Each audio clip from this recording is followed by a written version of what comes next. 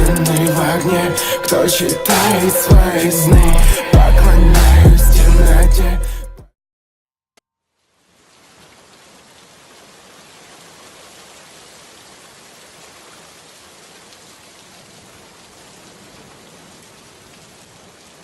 My wife and I moved into our new apartment just a few months ago.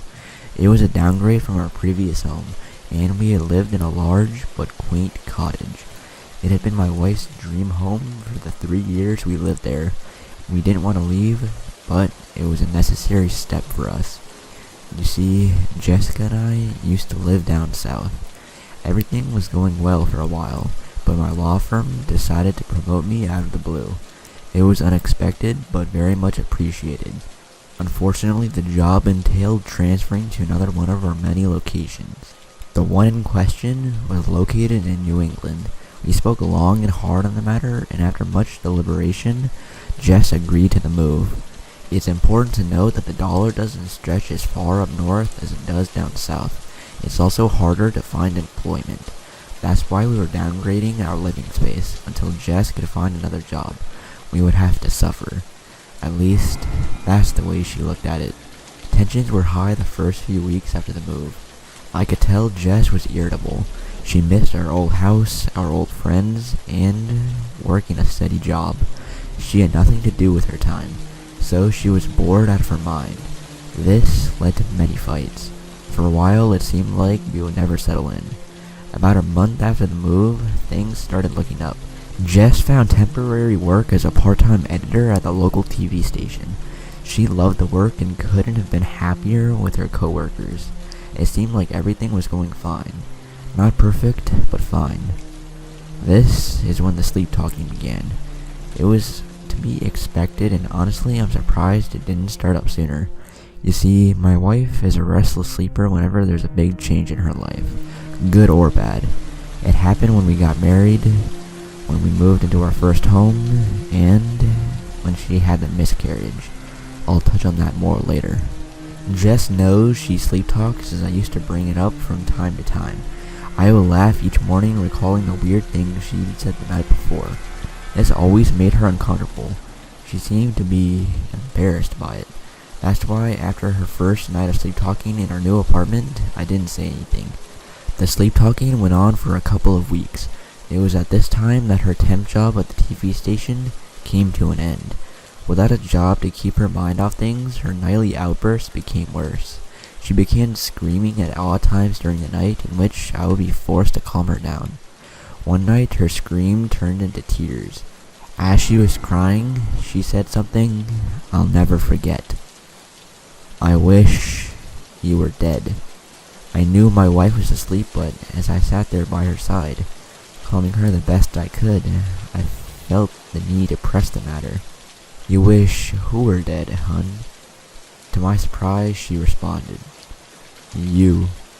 This caught me off guard. It's a strange thing to want your husband dead, and even stranger while you're asleep. "Why?" I asked. "You're ruining my life." Those 4 words cut deep, whether they meant or merely the product of a tired mind. They were the kind of words that demanded self-reflection. I wondered for a moment if I really was ruining her life, or at least if I were to blame for her night terrors. My wife remained silent for the rest of the night. I know this because I stayed up. Contemplation and worry kept me from a good night's rest. I didn't believe for a second that my wife actually wanted me dead, but her late-night antics were certainly a cause for concern. Between the screaming episodes and the morbid dialogue, this was the worst her condition had ever been.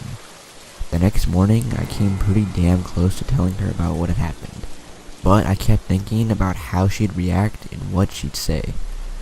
It was too much. I didn't want to burden her any more than I already had, especially after she'd just been laid off. In light of this, I kept my mouth shut. The following night, the screams were gone. This was a comfort, but a fleeting one. Out of the blue, just as I was about to shut my eyes and call it a night, the sleep talking commenced once again. Sometimes I think about how would I do it.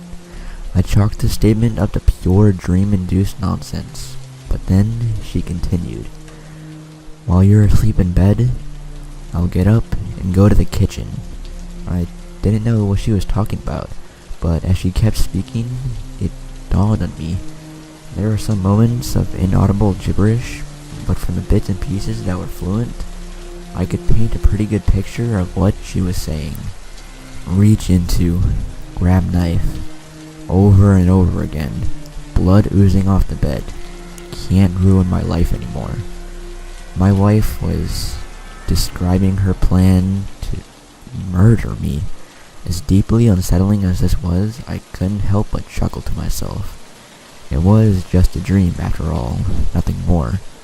My wife was describing her plan to murder me.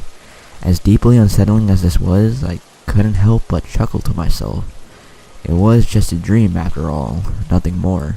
I can't say I haven't done some weird things in my own dreams, things I would never do in real life. Jess was mad at me over the move, and she was working out her frustrations while she slept. At least, that's what I convinced myself.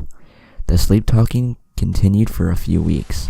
I hoped her midnight venting sessions were doing her some good, but without a degree in psychology, I couldn't be certain. All I could do was listen to her ramble about offing me each night and wait for her to condition to run its course. The longest her sleep talking had ever lasted was a month, so it was safe to say it would be over soon. A month passed, then two. Jess didn't let up. Every night it was the same routine, either incoherent nonsense or babblings about how she'd like to hurt me. It was getting old, but one night changed everything. As my wife slept, she uttered some words that tore right through my heart. I lost my baby because of you. My emotions swirled about and formed a sour concoction that rested in the pit of my stomach. This time, I had to know what she meant. What do you mean? There was a brief moment of silence, but eventually, Jess offered me an answer. There was some more gibberish mixed in, but she was able to get her point across. You made me want kids. You put life in me. Now, I'm alone. This struck a nerve and caused a few tears to roll down my cheek. It was my idea to try and have a kid. Jess never wanted children, but she made herself want two for me. That's why, after the miscarriage, I was surprised to find her absolutely devastated. I had no clue how much she'd warmed up to the idea of having a baby. My tears were interrupted by more sleep talking, of the worst variety. I will kill you. I promise. That was the last thing she said all night. It's been roughly a week since my wife made that promise. As disturbing as that threat was, I could have easily brushed it off with rest, assuming it too was the product of stress and was nothing for me to worry about. Unfortunately, I can't stop worrying about it. Jess is scaring the crap out of me. I'm now taking short naps and sleeping with one eye open, and it's all because of one thing. Now, my wife has started sleepwalking.